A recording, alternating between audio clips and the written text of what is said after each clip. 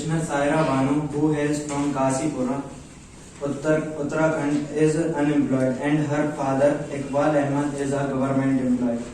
The only source of income is the petitioner's father, who has a low income, and despite this, the Saira Banu, during the time of marriage, had made arrangement beyond their capacity. But soon after the marriage, the respondent husband Rizwan Ahmad started demanding for additional dowry and made unreasonable demand for a car and cash. The petitioner, who rightfully denied the demand of the respondent and his family, he was often beaten and kept hungry in a closed room for days. The family of the respondent administered her with medicines that caused her memory to fade. Due to medicines, she remained unconscious for long hours. On 9 April 2015, the respondent attempted to kill the petitioner by administering medicine. These medicines, on inspection by a doctor on a later date, were revealed to cause of mental balance after regular consumption. Thereafter, on 10th April 2015, the respondent called the parents of the petitioner to Muradabad to take their daughter, and the parents of the petitioner requested him to come to Kasipura to settle the issue. He refused to go to Kasipura and said that they should come and take their daughter or fulfill his demand for dowry. The respondent has filed for restitution despite the fact that he himself had asked the petitioner's wife, father, to either fulfill his demand or to take the petitioner back to her maternal home, and in pursuance of the same had drugged the petitioner and had left her in Muradabad. The petitioner, survivor of the crimes like domestic violence and dowry harassment, was divorced by her husband through instantaneous triple talaq or talaq-e-widdat. The petitioner Saira Banu has approached the court for assigning the divorce pronounced by her husband Rizwan Ahmad on 10 October 2015, wherein the affirmation in the presence of witnesses saying that I give talaq, talaq, talaq, hence from this date there is no relation of husband and wife. In future, you are free to use your life. The aforesaid divorce was pronounced before Muhammad Yashin and Ayaz Ahmad, the witnesses. Here, we shout a declaration that the talaq-e-widdat pronounced by her husband on 10 October 2015 shall be declared void ab initio. Such a divorce, which unilaterally and irrevocably terminates the tie of matrimony, be declared unconstitutional. The talaq-e-widdat, that is triple talaq, pronounced by her husband is not valid as it is not a part of Shariat, Muslim personal law. Also, the divorce of the instant nature cannot be treated as rule of decision under the Shariat Act.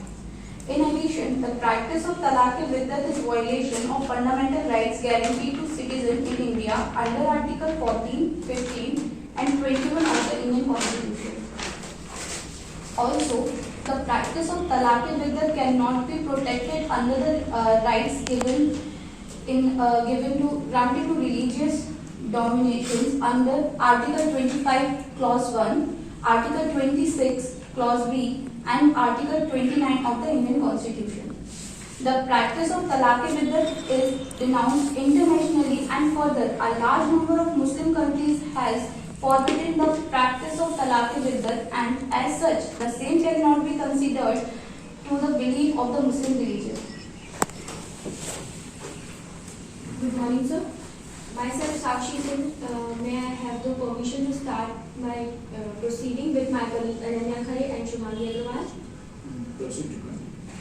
Triple talaq is a process of divorce under the Sharia law, where a Muslim may instantly divorce his wife by pronouncing the word talaq 3 times, talaq, talaq, talaq, without any state interventions. The means of communication might be in any form, whether written, oral, or maybe electronic, which further enhance the Muslim woman's vulnerability. Talaq is an Arabic word for divorce. There are 3 types of divorce under Sharia law, from which only talaq-e-widdat is irrevocable. brief story from respondent side. As my colleague stated, there are some differences in stories. Rizwan Ahmed married to Shaira Banu without any dowry to spend a peaceful and happy life. From their relationship, they have two kids, namely Irfan Ahmed, aged about 13 years, and Humaira Naz. She is about 11 years. They were receiving education living under their guardianship. But after 6 months of marriage, with her unreasonable and against Sharia acts, she started to pressurize to live separately from his parents. In order to keep her happy, and as per her wish, started to live at a rental house at Mohalla Gausnagar, and while working as a clerk under a builder, tried his best to spend peaceful married life with Shaira Banu and his children and her children. But in unreasonable matter and against Sharia, continued to create problem and quarrel in house on regular basis. When she asked him to live with her and her parents 2 years ago, when other relatives were not with her and lived further life there. But my client said that he is a person from a self-respecting family, refused to live as son-in-law living at in-laws' house. Then she continued to face various mental and physical pain and behave like a mental patient. When my client tried to know why is she behaving like this, so after complaining to her father, he said that before marriage she was under a mental treatment and she met with a serious accident before marriage. But for sake of children and her, he tolerated her. She also adopted stubborn nature to live at her parental house. She also threatens him of implicating in false case and threat of implicating injury to herself and of consuming poison.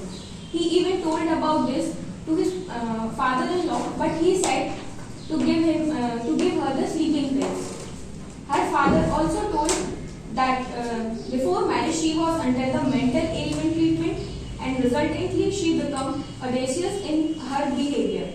When all these things were reported to her father, he told him to left her with her children for summer vacation to them. But she took away gold jewelry, which includes a necklace, gold necklace, bangles, and 15,000 cash. He constantly visits to her to know about her well-being and her mental condition and about health. But on 3rd July 2015, she clearly refused to return, and on 7th July 2015, her father threatens him to live with them or to perform both parental duties separately and left them at Allahabad railway station. He even tried hard to inquire, but she said, "You raise the children and forget me or separate from me to bring another mother for the children." He even filed a suit to bring her back, but he was threatened and being fed up with her unreasonable conduct and against the Sharia, he found it better to separate from her. And on 8 October 2015, he dismissed suit for bring her back. He even paid the mayor and expense on 6 October 2015 and sum of rupees 10,157 towards payment of meher and rupees 5,000. So basically here husband is pronounced talaq in consonance with the prevalent and valid mode of dissolution of Muslim marriage, and pronouncement of Muslim marriage fulfill the requirement of valid divorce under Muslim personal law. Sir, the mediation given by the respondent to the petitioner are the reason of his mentally ill, and the doctor also reveals. Sir, there are some arguments. Muslim personal law doesn't recognize a form of divorce called triple talaq and unilateral form of divorce, and triple talaq had brought no Quranic sanction. Divorce under Muslim law is in need of two concepts called reasonable cause and preceded attempt of reconciliation. Because it is violated Article 14 and 15 of the Constitution, it should be struck down. Sir, there is a solution of it where, irrespective of gender, the entire Muslim community will get divorce, which is known as Dilution of Muslim Marriage Act 1939. Under Quran, after reconciliation attempt failed and reasonable cause, man talaq 3 times, he can divorce. And also under Quran, it is mentioned that the pronouncement of each talaq should accompany a waiting period of 3 months, which is called iddat period for reconciliation. And during the reconciliation period, if they are not reconciling, husband by pronouncing talaq at the 3rd time can get divorce, which is effective and unalterable. Most of Muslim community which are prevailing are Sunni, and they don't make triple talaq as a valid one, so it must be declared void.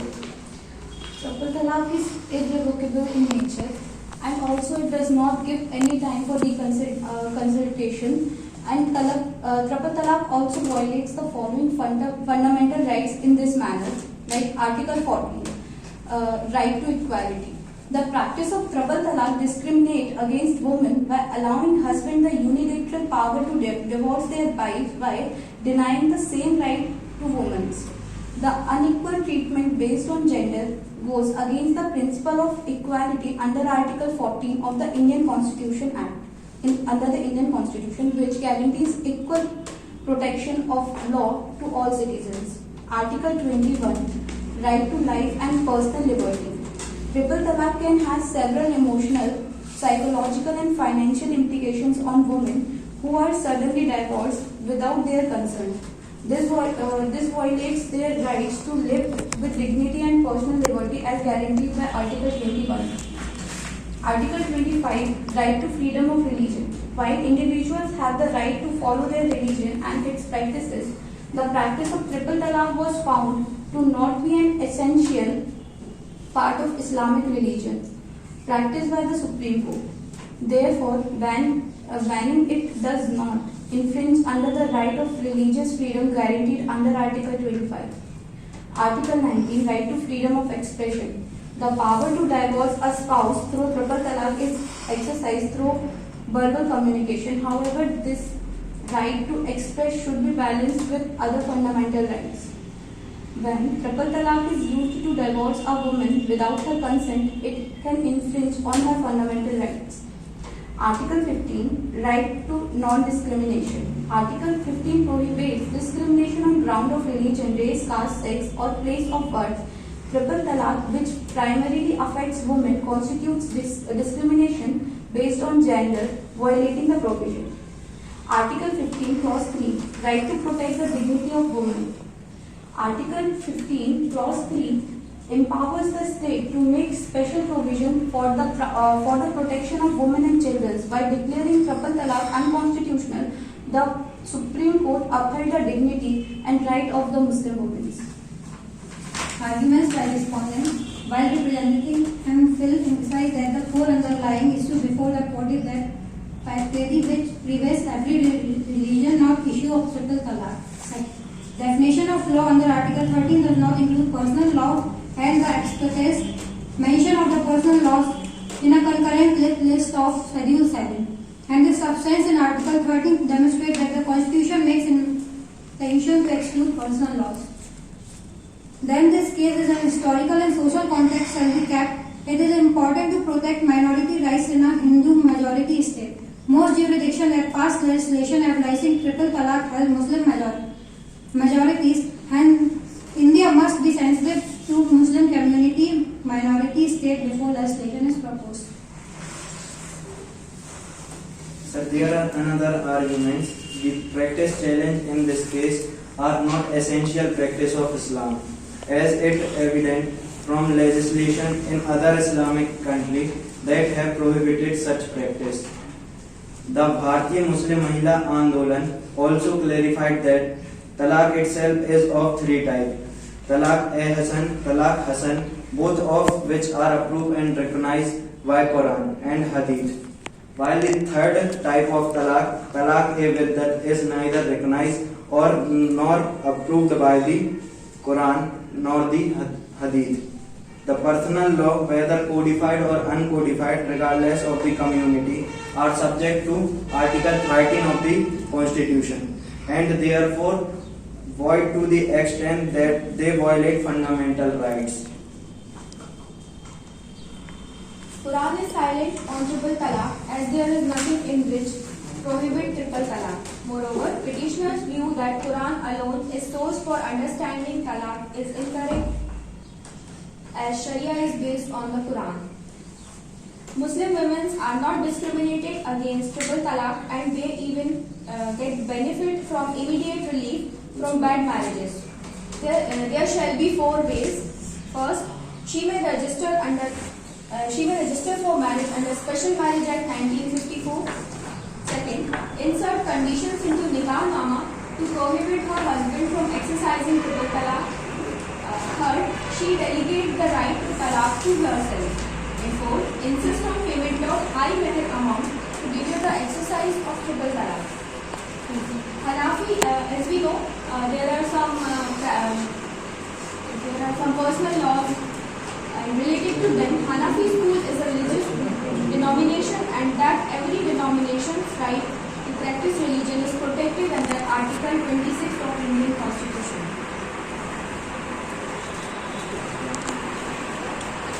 The Union of India as well as the women's right organizations like the Vivek Collective and Bharati Muslim Mahila Andolan also support Mrs. Banu's belief that these practices should be held unconstitutional.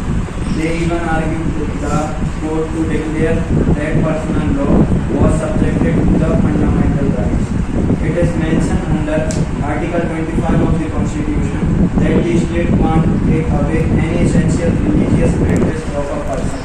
Hence, if a practice is arbitrary and not as essential religious practice, it will be characterized under the exception laid down under Article 25. On that account, the whole issue was whether or not the practice of talaq is an essential religious practice of Islam. Triple talaq is not recognized by Muslim personal law and it is totally against Quranic principle. The triple talaq is not followed by a majority of people or Sunnis, therefore it is not an essential religious practice.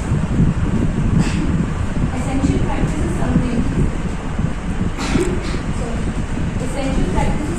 which relies basically on their custom. If this practice, custom is not followed or restricted to follow, means that it is not the essential religious practice of the religion.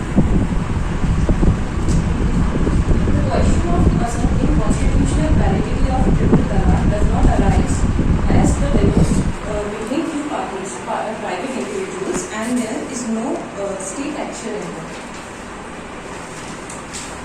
Moreover, since marriage is a private contract under Islamic law, no state legislation can change it.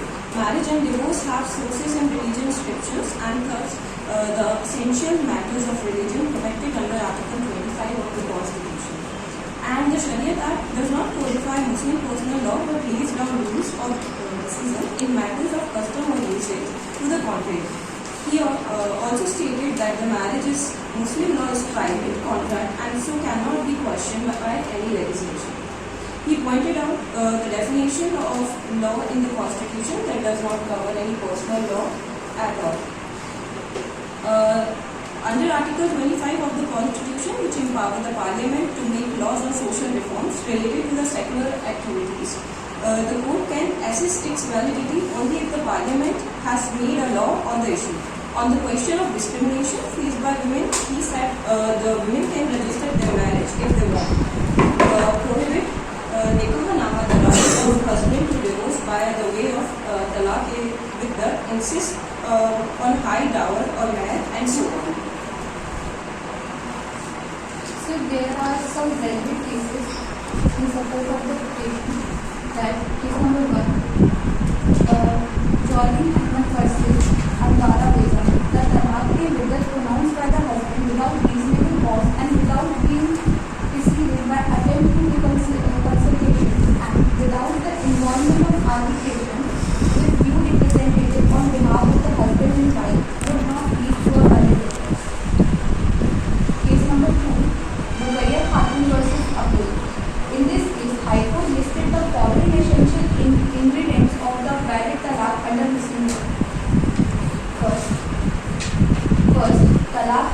be based on good cause and must not be at the mere desire of the husband. Secondly, it must be not secret. Thirdly, between the pronouncement and the finality, there must be a time gap so that the parties may calm down and conciliation may be possible. Fourth, there has to be a process of arbitration wherein the arbitrators are representative of both the husband and wife. If the above ingredients are not fulfilled, the divorce is invalid. There are also some related cases. On respondent side, Shaminara versus State of UP. This case took place in 2002, dealt with the issue of whether triple talaq can be considered a valid form of divorce under Muslim personal law. The Supreme Court of India held that triple talaq pronounced in a single sitting is valid and violates the principle of equality and justice. This case played a crucial role in shaping the legal discourse surrounding triple talaq in India. Amina Bai versus Muhammad Yusuf. In this case, the Bombay High Court in 1978 held that triple talaq pronounced in a single sitting is valid and legally effective. It approaches the triple talaq within the legal rules. In case Rashid Khan versus Alisha Khanum, the Privy Council upheld a valid triple talaq edict. Triple talaq pronounced by the husband in the absence and without the knowledge of the wife, even though the husband and wife continued to cohabit for 15 long years thereafter, wherefrom 5 offsprings were born to them. So here are some Islamic performance which are violate Article 14, 15, 21 and Article 25. These are triple talaq, talaq al or polygamy and nikah halal. So I requested from the petitioner side that these performances are unconstitutional and you give the judgment from our opinion. I wish to say that this matter is not covered under Article 13 of Indian Constitution. This is a matter of personal law. So it does not violate any right or anything.